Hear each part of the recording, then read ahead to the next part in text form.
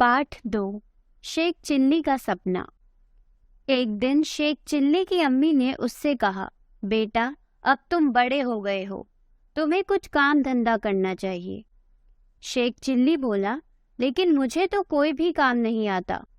अम्मी बोली, बेटा कुछ ना कुछ तो तुम्हें करना ही होगा। शेख चिल्ली मेहनत से नहीं घबराता था, मगर ख्याली पुलाव बहुत बनाता था। मस्ती में झूमता हुआ वह बाहर निकल पड़ा। रास्ते में एक सेठ अंडों का टोकरा पकड़े परेशान हालत में खड़ा था। उसने शेख चिल्ली को देखते ही कहा, ए भाई, इस टोकरे को मेरे घर तक पहुंचा दोगे तो मैं तुम्हें 2 अंडे दूंगा।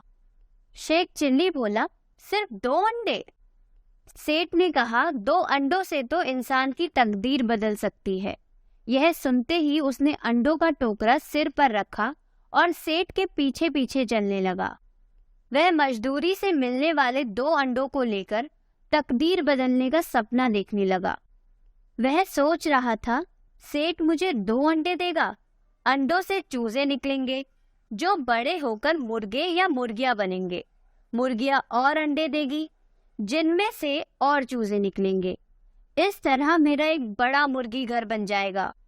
कुछ समय बाद मैं सारी मुर्गियां बेचकर कई भैंसे खरीद लूंगा। इस तरह जल्द ही मेरा दूध बेचने का व्यवसाय शुरू हो जाएगा। लोग मुझसे दूध खरीदने आएंगे और मैं अमीर बन जाऊंगा।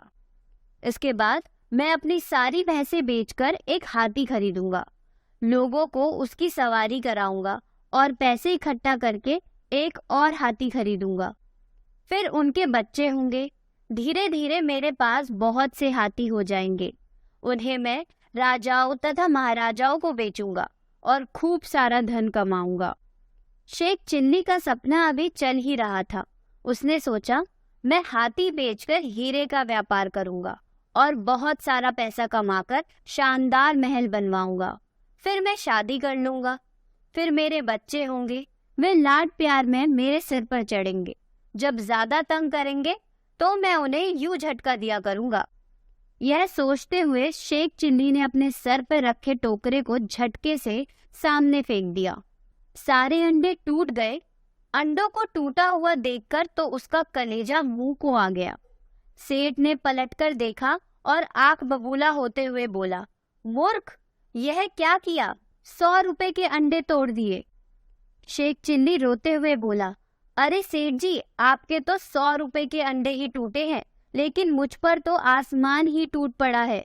मेरा मुर्गी घर, दूधशाला, महल सब खत्म हो गए। मेरे बीवी बच्चे, लाखों की जायदाद सब चली गई।